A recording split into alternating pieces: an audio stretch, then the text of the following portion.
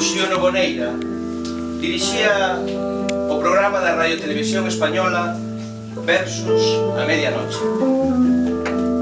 Naquel programa, que se emitía coa carta de axuste, Noboneira recitaba a poetas da literatura universal.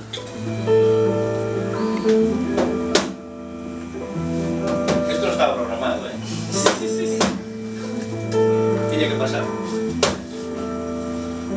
Ben o merece tamén. A poetas da literatura universal recitaba a Mayakovsky, o que para evitar a censura chamaba Maya, Mallarmé, Rainer Maria Rilke, os Beatniks. No 25 de xullo de 1963, en plena dictadura, no Día da Patria Galega, Uxío Noboneira leu o poema do seu amigo Xosé María Díaz Castro, Penélope.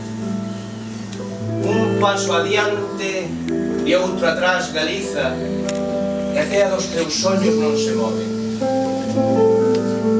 O acabar, soou negra sombra.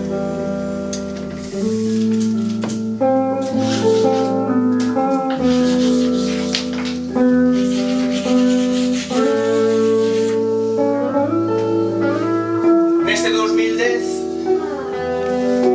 Galiza celebra e homenaxea a Uxío Noboneira o Día das Letras Galegas.